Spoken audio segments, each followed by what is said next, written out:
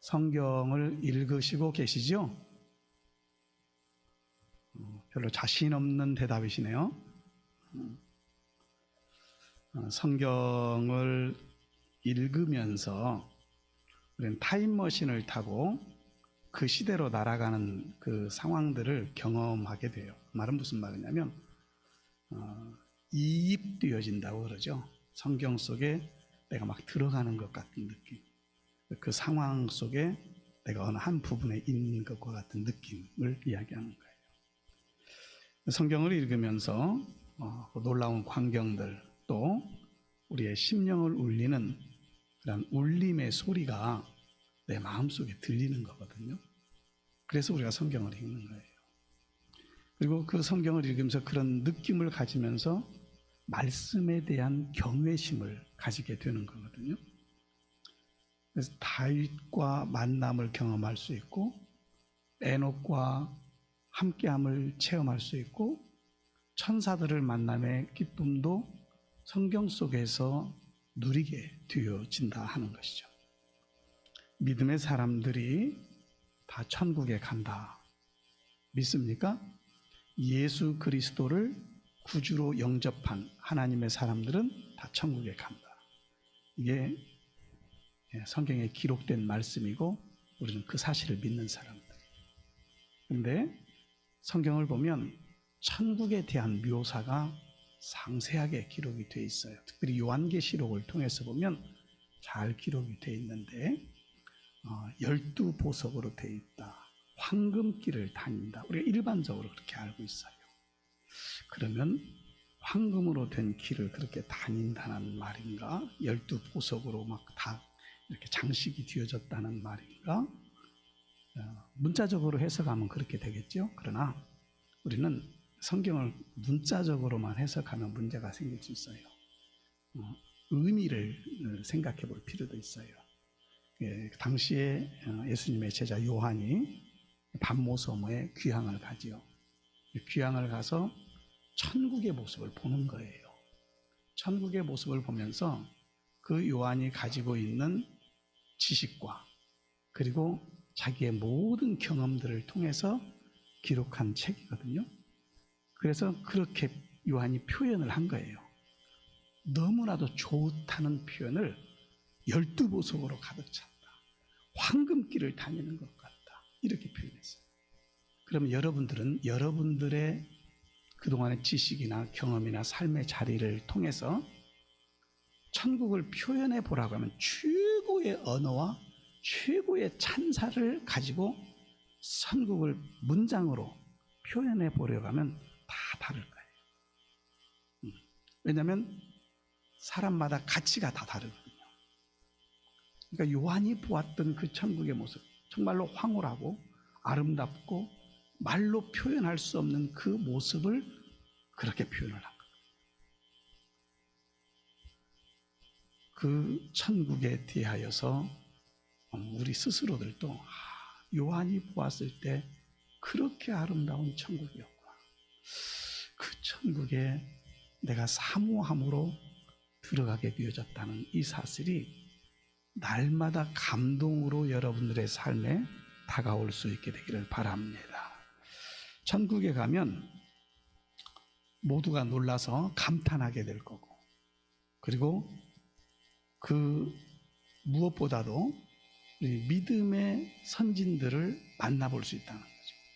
그러나 어떤 인간적 육신의 감정을 가지고 만나는 건 아니에요. 천국의 삶이 너무나 좋기 때문에 육신의 감정은 다 잠재되어지는 거예요. 아마 우리 이리 동북교회를 섬겼던 신앙의 선배들이 있었을 거예요. 그분들을 다 만날 수 있는 그런 기쁨을 맛보게 될 거예요. 구원받은 수많은 주의 백성들이 커다란 함성을 지르면서 하나님의 어린 양을 향하여서 울려 퍼지는 노래가 있을 거다. 이렇게 기록하고 있고, 또 주님께서 빛나는 광채 가운데에 나타나서 천사들이 눈을 뜨고 볼 수 없을 정도의 광채다 그랬어요. 황홀함의 표현을 그렇게 하고 있는 거죠. 그 주님을 만남에 대한 기대감을 가지고 믿음으로 살아가는 우리 모든 성도들이 되기를 원합니다.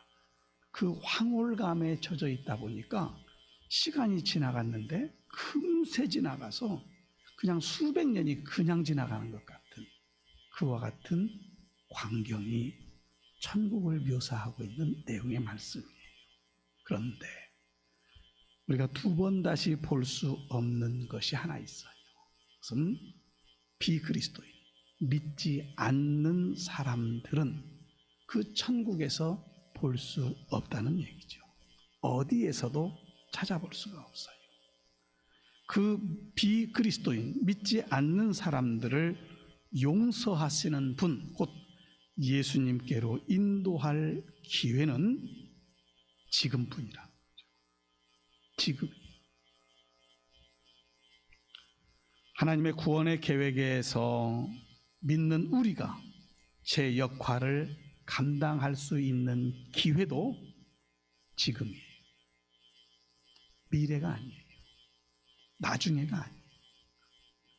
우리는 하나님이 절실히 필요한 사람들에게 힘을 다해서 복음을 전해야 하는 구원자이신 예수님의 동역자로 부름을 받았다고 하는 사실을 마음속에 간직하기를 주님의 이름으로 축복합니다. 동역자라고 하면 같이 힘을 모아 일하는 거예요. 예수님께서 이 땅에 오신 이유를 내가 알고 예수님께서 부르신 그 부름에 내가 사명을 가지고 그 일을 감당해 가는 것, 이것이 예수님과 동역하는 모습이에요. 그래서 우리의 증거는, 이 복음의 증거의 핵심은 뭐냐면 독생자 예수님이 이 땅에 오심에 대한 내용이에요. 요한복음 1장 14절에 있는 말씀을 보면 말씀이 육신이 되어 우리 가운데 거하심에 우리가 그의 영광을 보니 아버지의 독생자의 영광이요 은혜와 진리가 충만하더라 그랬어요. 사도 요한은 하나님의 아들 예수 그리스도의 탄생에 대해서 말씀이 육신이 되어 우리 가운데 오셨다, 이렇게 표현을 하고 있어요. 이것은 성자 하나님께서 인간의 몸을 입고 이 땅에 태어나셨음을 나타내는 것이에요. 예수 그리스도는 이렇게 이 땅에 오심은 하나님과 인간 사이에 단절되어진 그 사이를 회복시키기를 위한 중보자의 모습으로 오셨다라고 하는 것이에요. 이 중보자는 화해의 사역을 감당하기 때문에 완전한 하나님이셔야 됐고 완전한 사람이셔야 됐는데 바로 예수님이 그분이시라는 거예요.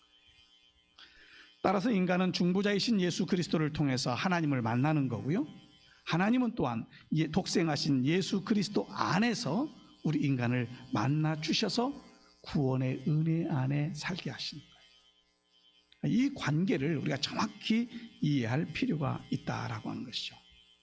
그래서 예수 그리스도의 중보의 사역은 십자가의 대속의 죽음을 통해서 최고의 절정을 이루어 놓으신 거죠. 그런데 그 죽음으로만 끝났다면 의미가 없을 거예요.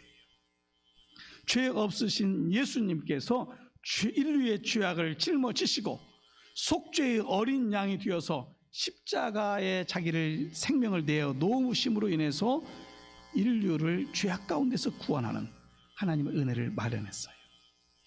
그래서 요한복음 1장 29절에서 이튿날 요한이 예수께서 자기에게 나오심을 보고 이르되 보라 세상 죄를 지고 가는 하나님의 어린 양이로다. 예수님을 세상 죄를 지고 가는 하나님의 어린 양이라.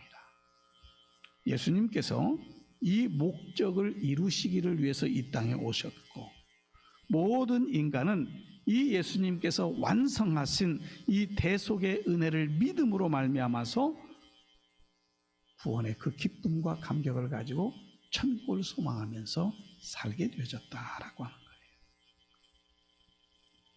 히브리서 9장 22절에 가서 보면 율법을 따라 거의 모든 물건이 피로써 정결하게 되나니 피 흘림이 없은즉 사함이 없느니라 그랬어요. 예수님의 이 죽음, 대속의 죽음은 피 흘림이 없은즉 사함이 없다라고 하는 이 율법의 요구를 충족시키시는 사역을 감당하셨다. 예수님의 피 흘리심이 우리의 모든 죄를 사함이 되는 거죠. 율법에서 하나님 앞에 나와 양을 잡아서 피를 흘리는 이 모습을 통해서 죄사함을 얻은 것처럼 어린 양으로 이 땅에 오신 예수님이 죽임을 당함으로 피 흘림으로 우리의 모든 죄를 대속하셨다라고 하는 거예요. 이 죄사함을 받은 것은 죽음을 극복하고 영원한 생명을 얻는 것으로 완전하게 완성되어진 줄로 믿습니다. 그래서 예수 그리스도는 십자가에 돌아가신 이후에 3일 만에 부활하셨죠. 이 죽음을 이기셨다는 얘기는 죽은 그 상태로 있었다면 이긴 게 아니죠. 부활하셨기 때문에 죽음을 이기신 거예요. 영원한 생명을 확증시키는 사건이 부활의 사건이에요. 그래서 예수님께서는 죄의 싹슨 사망이라 한 로마서에 있는 말씀을 극복하신 전능하신 하나님이시다라고 하는 것이에요. 그래서 예수님은 성육신하신 십자가의 대속으로 그 죽음 가운데에서 부활하심을 통하여서 구원의 놀라운 사역을 완벽하게 이루신 분인데 그 예수님이 여러분 안에 있는 줄로 믿습니다. 내 안에 있어야 돼요. 내 안에 계시는 거예요. 그래서 성도는 믿음을 통해서 예수 그리스도의 부활에 참여되어진 복된 자들인 거예요. 거룩한 하나님의 나라에 들어갈 사람으로 구별된 거예요. 이 소망 가운데에 살아가는 우리 모든 성도들이 되기를 주님의 이름으로 축복합니다. 그 소망의 길을 함께 걸어가는 거예요. 하나님이 축복하시는 매력적인 교회의 특징은 모든 것이 영혼 구원과 연결되어져 있어야 돼요. 왜요? 오늘 본문에 있는 말씀을 통해서도 보면 15절에서 이르시되 너희는 온 천하에 다니며 만민에게 복음을 전파하라. 믿고 세례를 받은 사람은 구원을 얻을 것이요 믿지 않는 사람은 정죄를 받으리라 말씀하셨기 때문이에요. 모든 것은 영혼 구원하는 일과 연결이 되어져 있어야 된다는 것이죠. 교회의 모든 기능은 잃어버린 영혼을 구원함으로써 그들이 신앙 안에서 바르게 성장할 수 있도록 돕는 그 역할을 감당해야 해요. 그리스도인은 세상이 지배하는 문화 가운데에서 반문화적 작용을 해야 돼요. 이것은 뭐냐면 우리가 이제 물리학에서 작용과 반작용의 법칙이 있잖아요. 세상이 작용하는 것에 대해서 그리스도인이 어떻게 반작용으로 그 세상을 이겨 나갈 수 있을까? 이 일을 우리가 공동으로 감당해 내야 된다는 사실이에요. 그래서 교회 공동체는 그 일을 함께 달려가는, 그 일을 위해서 함께 달려가는 믿음의 공동체여야 한다는 것이에요. 그 일에 우리는 열정을 다해야 되고 목적을 확실히 하여 달려갈 수 있어야 합니다. 왜요? 그 길이 서두에서 말씀드린 것처럼 천국에 이르는 길이기 때문에 그래요. 우리는 하나님을 사랑하고 섬기고 순종하는 삶을 살아갈 수 있도록 주님께로부터 초청을 받은 사람들이에요. 하나님을 따르는 그 삶은 어떻게 보면 모험적일 수 있어요. 왜냐하면 가보지 않은 길을 가기 때문에. 그러나 가보지 않은 길이라 할지라도 정확한 안내서가 우리 가운데 있잖아요. 하나님의 말씀이잖아요.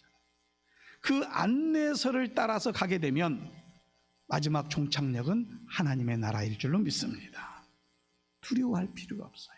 정확한 안내서가 있기 때문에. 지금은 내비게이션이라고 하는 것이 있어서 모르는 곳도 쉽게 찾아갈 수 있어요. 내비게이션이 나오기 전에는 보험을 들면은 전국 지도를 한 권씩 줬어요. 그래서 그 지도를 보고 내가 어디로 갈 것인가를 미리 적어서 가기도 하고 또 지도를 보면서 가기도 하고 그랬어요. 그 지도가 안내서였잖아요. 지금은 내비게이션이 안내를 하는 기구가 되어진 것처럼 오늘 우리를 영원한 하나님의 나라에 안내하는 것은 하나님의 말씀이다. 그래서 말씀을 봅니다. 길을 바로 알기 위해서인 것이죠. 오늘 우리 모든 성도들이 예수 그리스도의 십자가로 말미암아서 절망을 이길 수 있기를 원합니다. 두려움을 극복할 수 있기를 바랍니다. 그래서 정말로 예수님 안에서 승리의 기쁨을 가지고 하나님께서 우리를 구원하신 그 은혜 안에서 주님의 명령을 따라서 살아가는 그런 믿음의 성도들이 되어지기를 주님의 이름으로 축복합니다.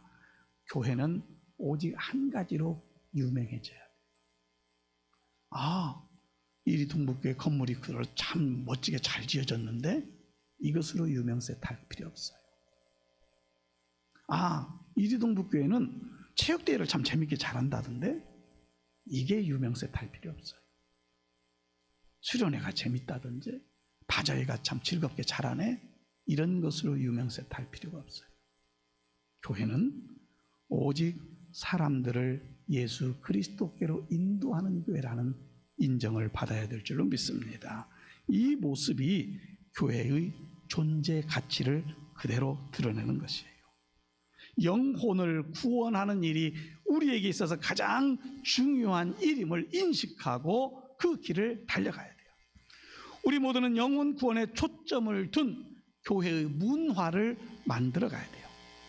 여러 가지 행사를 하지만 그 일을 행함에 우리가 힘을 모아서 하나님께서 원하시는 일을 향하여 달려간다라고 하는 그러한 모습으로 모든 일들이 진행이 되어져야 돼요. 공식적이든지 비공식적이든지 영혼을 구원하는 일에 총력을 다할 때에 교회로서의 존재 가치가 있다는 것이죠. 교회 안팎으로 청소하시는 분들이 계세요. 교회 본당을 비롯해서 중예배실, 복도, 계단, 또 교회 밖으로 마당을 청소하고 다 하는 분들, 나눔의 집에서 식사 봉사하는 분들, 교회 학교 교사로 헌신하는 분들, 성가대원으로 헌신하는 분들, 다양한 모습에 헌신하는 부분이 있어요. 그러한 모습 속에서 나는 어떤 면에서 주님의 몸된 교회를 통해서 헌신하고 있나? 오늘 그 모습 속에서 그리스도께 반응하고 하나님의 용서와 구원하심을 받아들일 때에 그 심령의 기쁨이 넘쳐나게 될 줄로 믿습니다. 이 사역은 목회자 혼자 하는 건 아니죠. 성도들과 함께 하여서 하나님의 놀라우신 사명을 감당해야 된다는 거죠. 이것이 뭐예요? 함께 가는 거예요. 함께 가는 그 삶의 놀라운 역사가 나타나게 될 줄로 믿습니다. 이것이 우리 교회의 기능이요 역할이 되어져야 돼요. 세상이 감당하지 못하는 교회로, 세상을 향해서 우리 교회가 어떻게 일을 행해야 될 것인지, 선교학적인 측면을 통해서 보면 교회의 다양한 행사는 복음을 전하고자 하는 이 사명과 연결이 되어져 있어야 돼요. 교회의 모든 역할은 서로 연결되어진 모습이에요. 누군가 혼자 하는 게 아니라는 것이죠. 함께 가는 거예요. 어떤 사람은 기도함으로, 어떤 사람은 복음을 전함으로, 어떤 사람은 복음을 듣고 온 자들을 양육함으로 그 일들을 감당하며 하나님의 사람으로 세워져 갈 수 있도록 하는 것이 교회에 주어진 사명이라는 거죠. 그러나 결신자가 마지막 결단을 내릴 때에 보이지 않는 수고한 사람을 기억하지 못할 수도 있어요. 기도한 사람을 어떻게 기억할 수 있겠어요? 그러나 그 보이지 않는 곳에서 기도하는 사람의 역할은 이루 말할 수 없는 거예요. 여호와의 증인들은 2사람씩 항상 다니죠. 2사람씩 다녀요. 배를 띵 눌러가지고요, 문이 열리면 발을 하나 싹 집어넣습니다. 왜요? 문 못 닫히게 하려고. 발을 하나 일단 딱 넣어요. 그리고 한 사람이 이야기를 하죠. 그러면 한 사람은 옆에서 기도하는 거예요. 이단도 이렇게 해요. 기도의 능력을 이단도 믿는데 그리스도인 정통 교회에서 믿음으로 사는 사람들이 기도의 능력을 믿지 못하고 있어요. 그러면서 그러대요. 한참 기도하면서 이루어질란가 모르겠어. 한참 기도하면서 안 돼. 내가 1년간 기도했는데 안 돼. 그러니 안 되죠. 어떻게 기도하라고 했어요? 쉬지 말고 기도. 1년 해봤는데 안 된대. 안 돼. 안 되는 마음에 안 되는 거예요. 내가 기억되지 못한다 할지라도 한 사람의 영혼을 구원해내는 일에 적극적인 가담자로 세워지기를 주님의 이름으로 축원합니다. 근데 사람들은 기억하지 못해도요, 우리 주님께서는 기억하세요. 네가 한 영혼을 구원하기 위해서 그렇게 기도했는데 그 기도의 열매들이 너희 교회를 통해서 맺혀졌구나. 인정하지 않을까요? 주님 앞에 섰을 때에 주님께서 무엇을 물어보실까요? 너는 교회에서 무슨 봉사하다 왔냐? 이거 물을까요? 저는 교사했는데요. 찬양대원 했는데요. 저는 그냥 교회 주일마다 청소했어요. 주님은 그런 거 물어보시지 않아요. 주님이 물어보시는 것은 내 백성을 몇 명이나 내 집으로 인도했느냐? 이거 물어보십니다. 내 백성을 몇 명이나 내 집으로 인도했느냐? 우리에게 주어진 시간은 지금뿐이에요. 미래는 불투명한 거죠. 이것이 마지막 기회예요. 이제 설 명절을 앞두고 있습니다. 자녀들도 만나겠죠. 기도하고 있어요. 나 교회 가라. 그러면 다 큰 성인이 된 자녀들은 반발해요. 그냥 자연스럽게 내가 예수님 믿어서 얼마나 기쁜가를 간증하세요. 그냥. 야, 이런 것이 은혜였다. 이런 것이 은혜였다. 거기에 하나님의 역사가 나타나게 될 줄로 믿습니다. 우리 자신의 능력과 활동, 계획과 행동은 그래서 항상 영혼 구원과 연결되어져 있어야 된다라고 하는 거예요.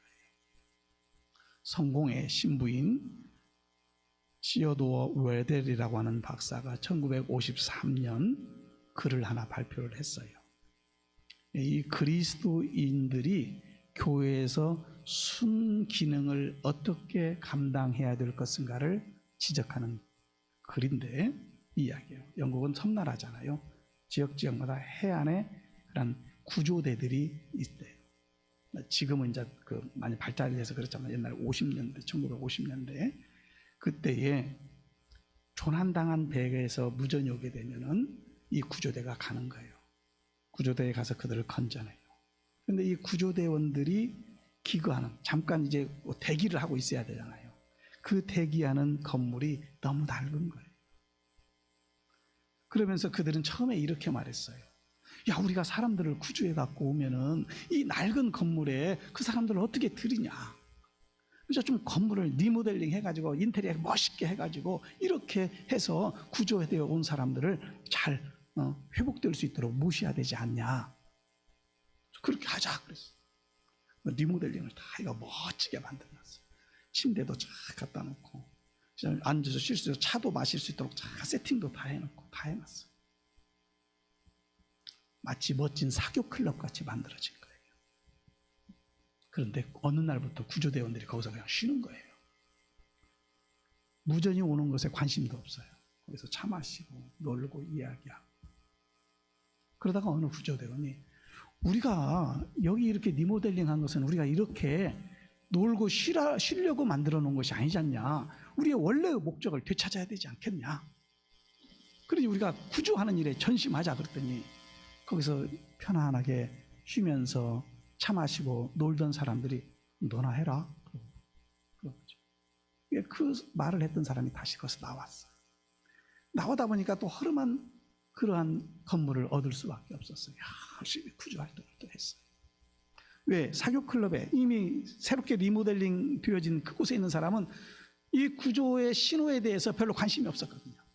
근데 거기서 나간 사람들이 또 열심을 다해서 구조대원도 모으고 해서 열심히 구조 사역을 했어요. 근데 똑같이 시간이 지나고 나니까 우리 너무 낡은 건물이다. 리모델링 하자. 리모델링을 다시 또 해놨어요. 그 사람들도 똑같이 거기서 쉬는 거죠.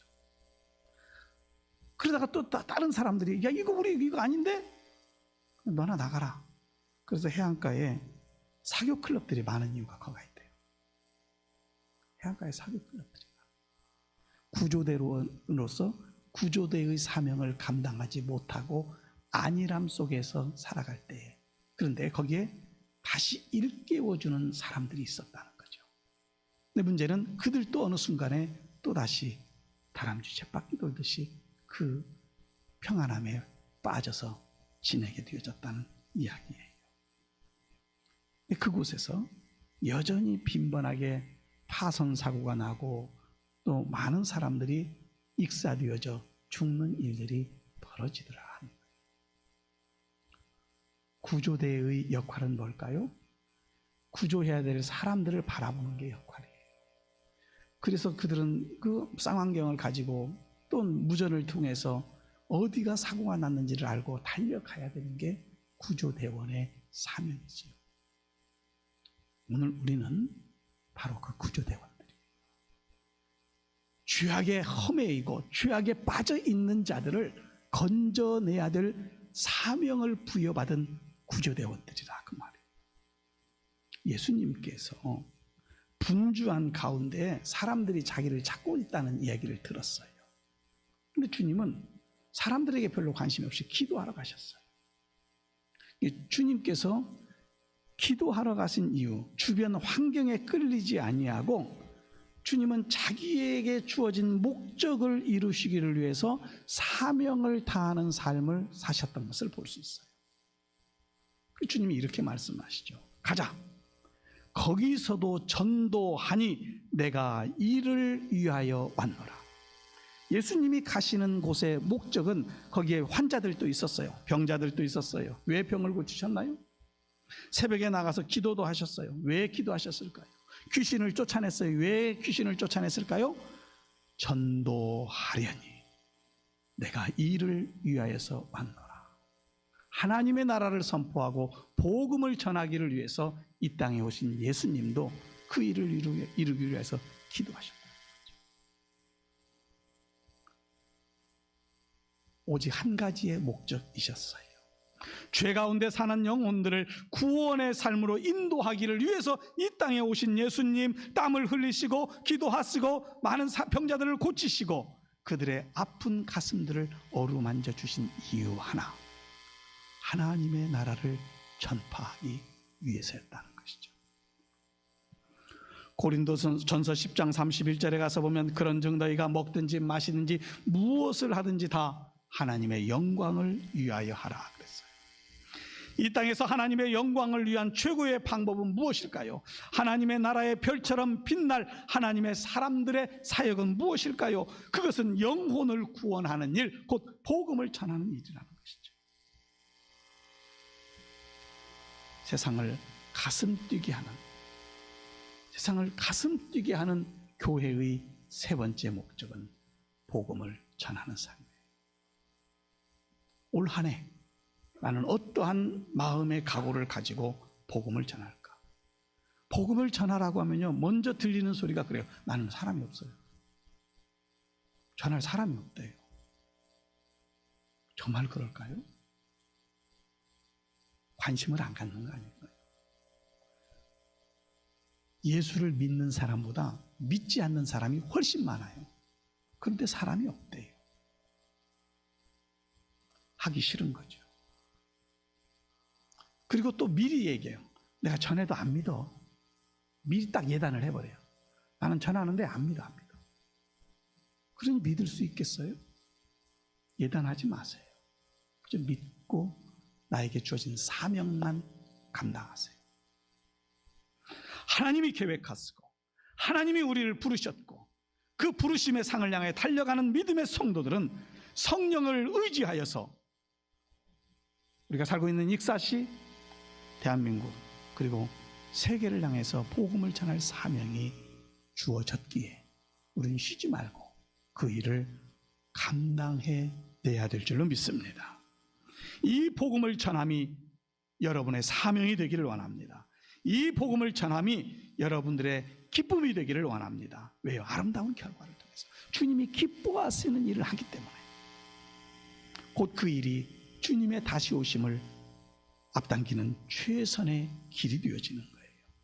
하나님의 구원 사역을 완성시키는 그러한 전선에 정말로 무장된 군사로서 최전선에 달려나가기를 주저하지 않는 믿음의 성도들이 되기를 주님의 이름으로 축복합니다.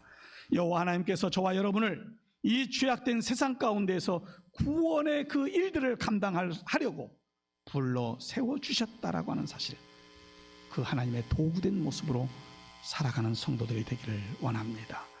내가 누구를 만나면 저 사람을 어떻게 해서든지 교회로 데리고 나와야 되는 것이 아닐까, 이 생각을 먼저 하면 어떻게 얼마나 좋을까요? 우리가 속한 구조대원으로서의 사명을 감당하기 위해서 구조대원의 마음의 문이 활짝 열려지고, 또 구조대원은 실종자를 찾기 위해서 밤낮 바다를 주시하면서 실종자를 찾아서 건져오는 일들을 감당하는 것처럼, 오늘 교회는 그리스도의 구원의 은혜 안에 있는 성도들이 구조대원이 되기를 원하시는 하나님의 뜻 안에 있음을 기억하고 거기에 초점을 두고 구원의 기쁨 가운데에서 살아갈 뿐만 아니라 구원의 기쁨을 전달하는 메신저, 중보자의 역할을 다 감당함으로 하나님께서 주실 은혜와 복을 소유하는 우리 모든 성도들이 되기를 주님의 이름으로 축원합니다. 기도합니다. 살아계신 하나님, 예수님께서 이 땅에 오셔서 죄악된 세상을 구원하시기 위한 놀라운 사역을 이루셨고, 주님이 오신 그 사명은 잃어버린 자를 찾아 구원하려고 오셨다고 말씀하시는데, 오늘 우리가 주께로부터 부름받은 것은 주님이 위임해 주신 이 사명을 감당하게 하려고 부르신 줄로 믿습니다. 하나님, 부정적인 생각 떨쳐버리고 나약한 생각 떨쳐버리고 근심과 걱정되어지는 일을 내려놓게 하셔서 하나님께서 우리를 부르신 그 부름의 상을 향하여 끝없이 달려가는 믿음의 성도들 다 되게 하여 주시어서 하늘에서 큰 상급을 받는 복된 은혜가 있도록 역사하여 주시옵소서. 그래서 영혼 구원의 전심인 내가 되고 교회가 되어지도록 은혜 베풀어 주시옵소서. 거룩하신 예수님의 이름으로 기도드립니다. 아멘.